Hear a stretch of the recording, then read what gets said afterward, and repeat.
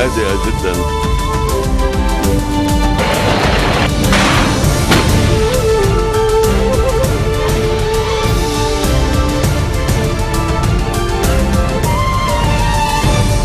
Bonjour à tous et merci de nous rejoindre sur Futur TV pour cette nouvelle édition de la rédaction. Tout de suite les titres.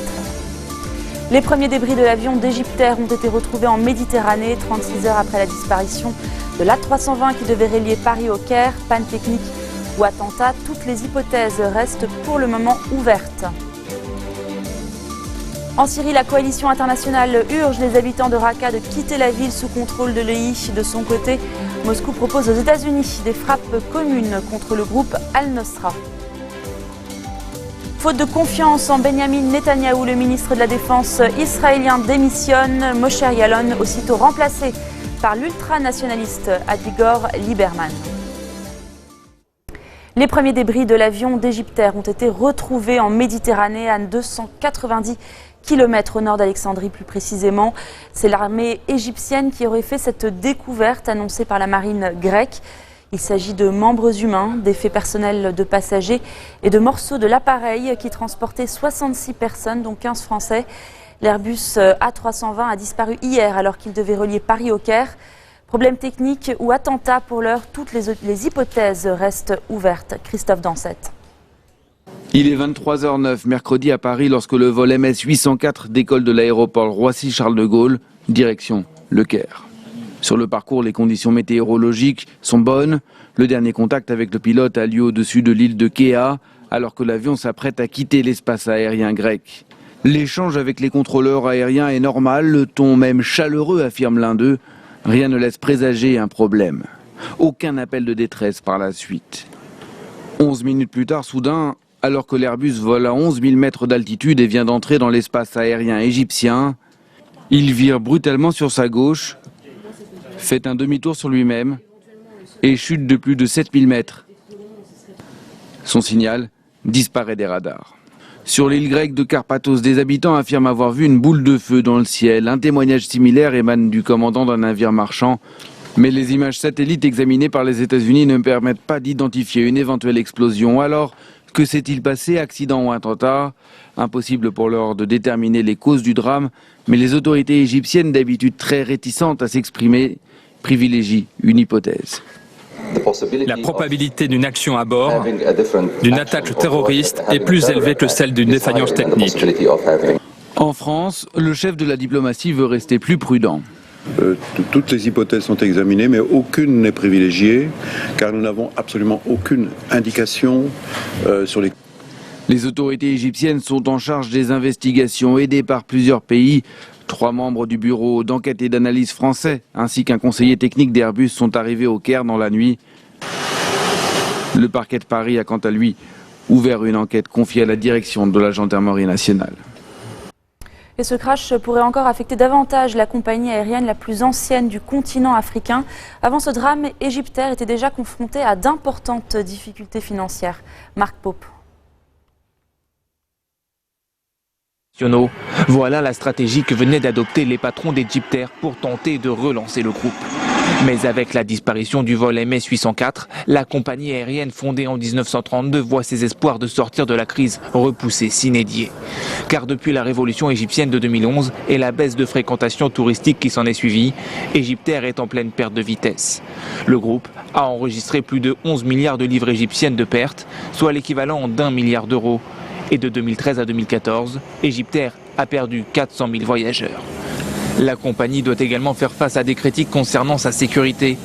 Depuis 1985, 5 accidents sont survenus causant la mort de 296 personnes. En mars dernier, un homme psychologiquement instable portant une fausse ceinture d'explosifs a même pu détourner un appareil reliant Alexandrie au Caire.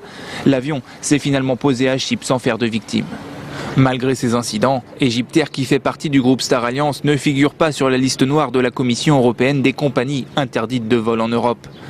Autre aspect qui ne rassure pas les usagers, les pilotes ont récemment dénoncé des défaillances techniques sur certains avions, ainsi que des conditions de travail difficiles avec des journées de 14 heures de vol. Autant de problèmes qui vont sans nul doute freiner les projets du groupe. Égyptair était en pleine négociation pour acheter 50 nouveaux appareils. Voilà, et puis après ce crash, le chef du Parlement, Nabi Berri, ainsi que Walid Jumblat, le leader du PSP, ont à leur tour présenté leurs condoléances au président égyptien après donc le crash de l'avion égyptaire. À l'occasion du Forum international de la franchise à Beyrouth, Saad Hariri martèle que toute tentative de changer l'identité du Liban ou d'importer l'extrémisme et le terrorisme échouera. La franchise du sectarisme et de la violence ne prendra pas au Liban, a déclaré l'ancien Premier ministre. Il a ensuite répondu à ceux qui pourraient se demander si le moment est propice pour investir dans le pays. Compte tenu de la situation économique, politique, mais aussi sécuritaire, eh bien, c'est un oui qu'a lancé le chef du courant du futur depuis le Biel. L'ONU tente de rassurer Beyrouth quant à l'avenir des réfugiés sur son sol. Le rapport de Ban Ki-moon ne mentionne pas le Liban, assure Sigrid Kaag. La solution à la crise des réfugiés syriens au Liban ne peut passer que par un accord politique en Syrie, poursuit la coordinatrice de l'Organisation des Nations Unies. Après une rencontre avec Gebran Bassil, le chef de la diplomatie libanaise, elle s'est exprimée après que le gouvernement a demandé des éclaircissements sur la position de l'ONU. Ban Ki-moon ayant appelé quelques jours plus tôt à réinstaller les réfugiés syriens à travers le monde.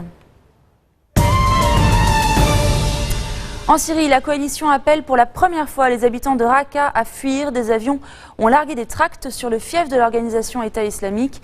L'objectif est d'empêcher les djihadistes d'utiliser les civils comme boucliers humains.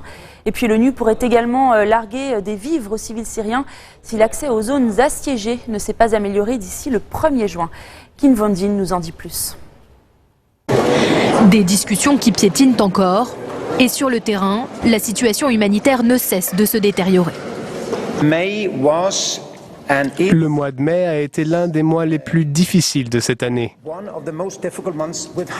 Le mois dernier, nous avons aidé plus de 40% de personnes.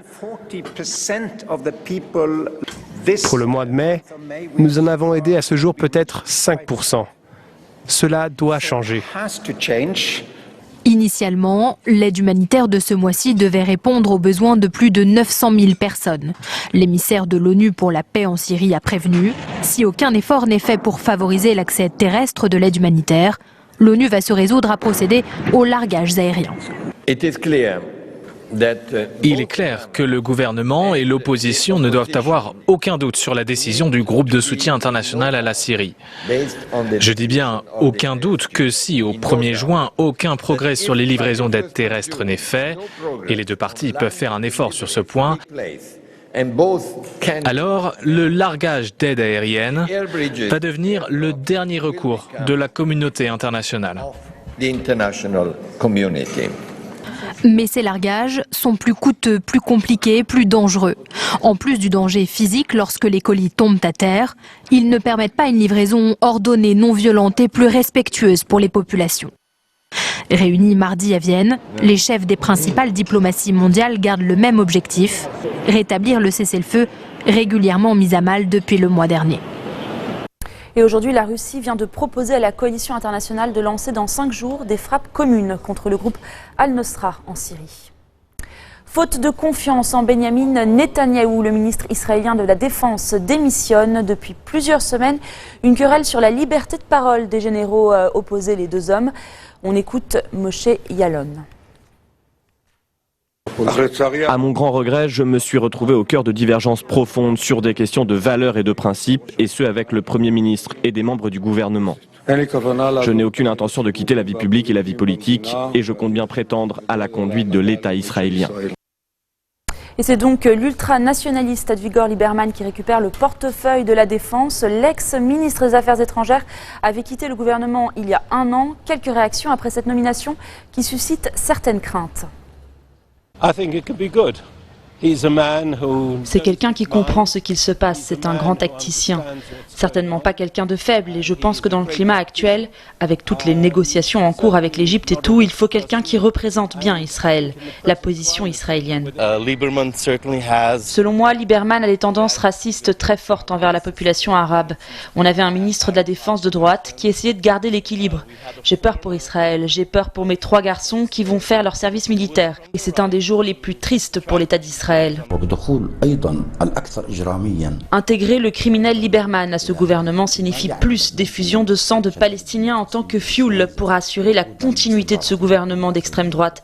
Cela réduira les chances d'une paix future. Elle avait été capturée il y a 2 ans par Boko Haram. Une deuxième lycéenne vient d'être libérée au Nigeria. C'est dans quelques instants.